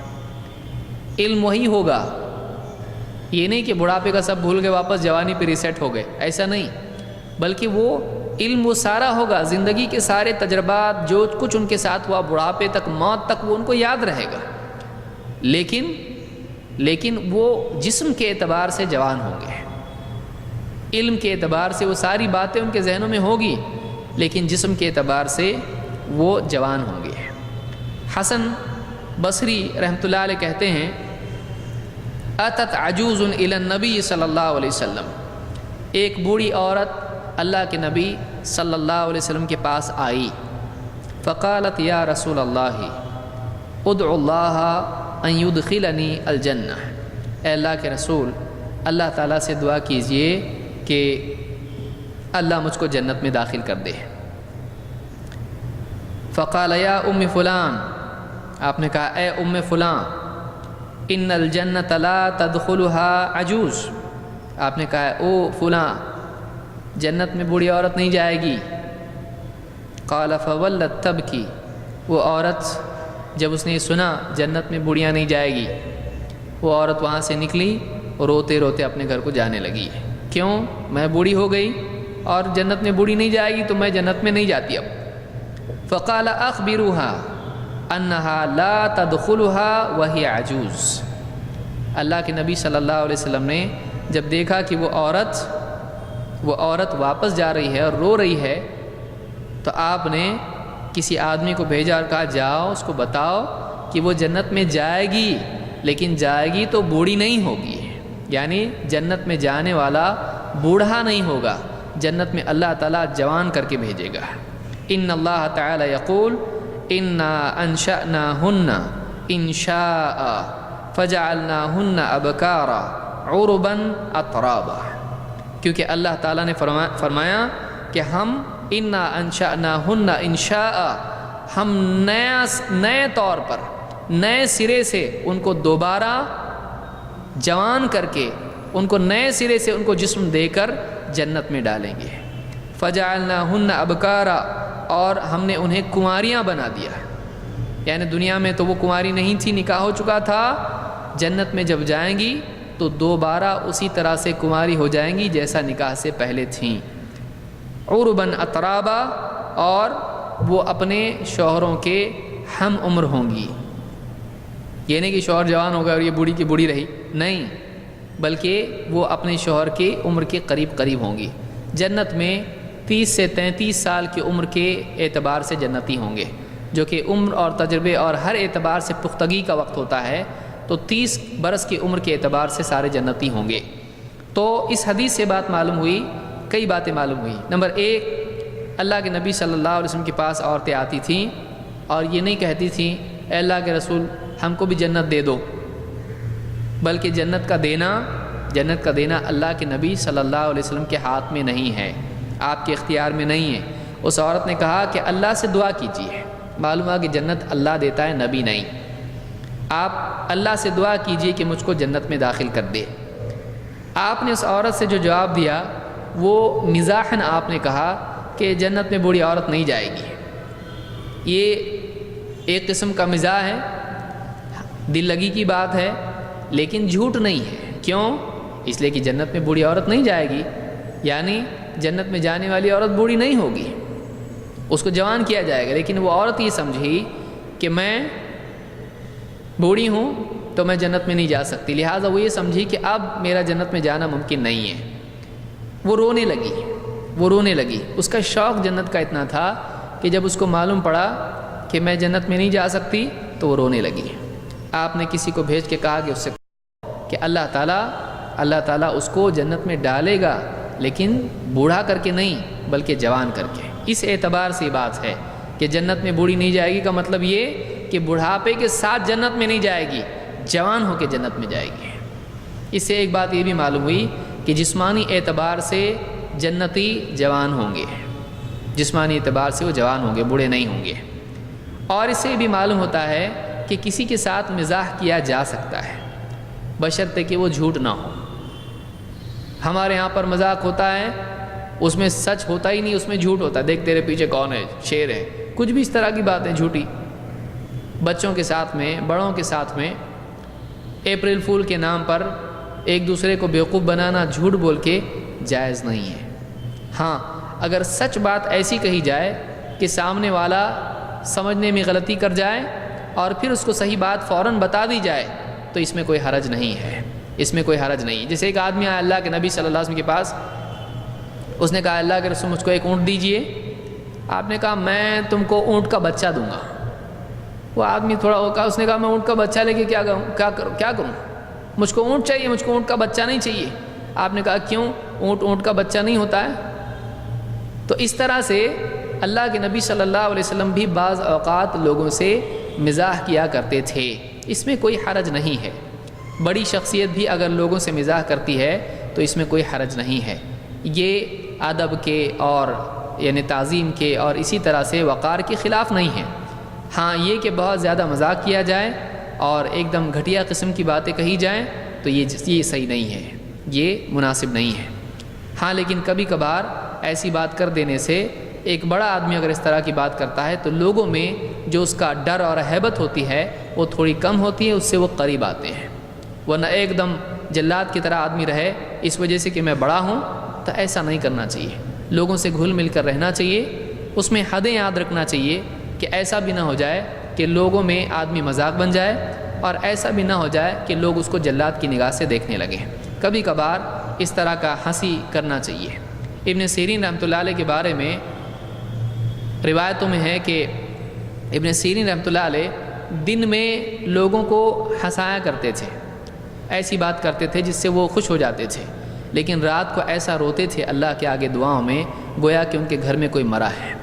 تو یہ چیز سلف میں ہم کو ملتی ہے کہ بعض اوقات بعض سلف ایسے ہوتے تھے کہ ان پر ہیبت طاری ہوتی تھی اور وہ بہت ہی وقار کے ساتھ رہتے تھے، اور بعض سلف میں ہم کو یہ بھی ملتا ہے کہ وہ لوگوں سے گھل مل کر رہتے تھے اور ان کے ساتھ میں مزاح بھی کیا کرتے تھے۔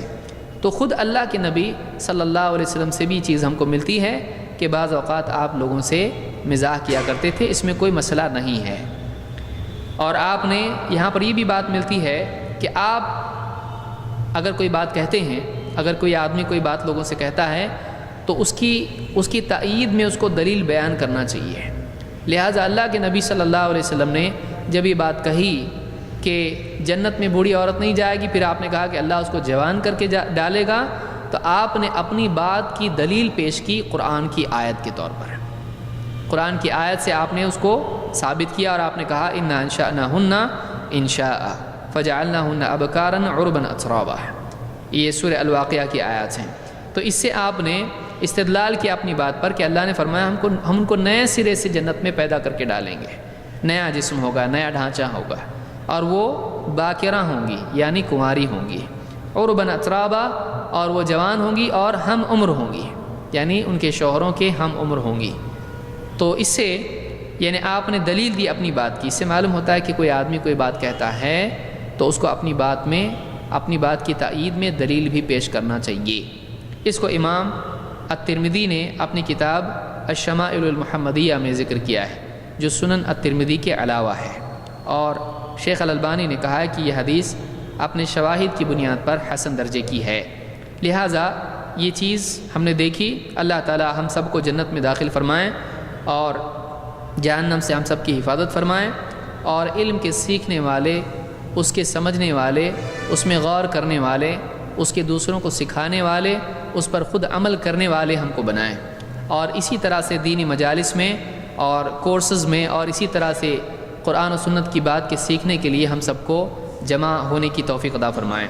اللہ تعالی ہم سب کی کوششوں کو قبول فرمائے۔ اقول قولی ھذا واستغفر اللہ لی ولکم۔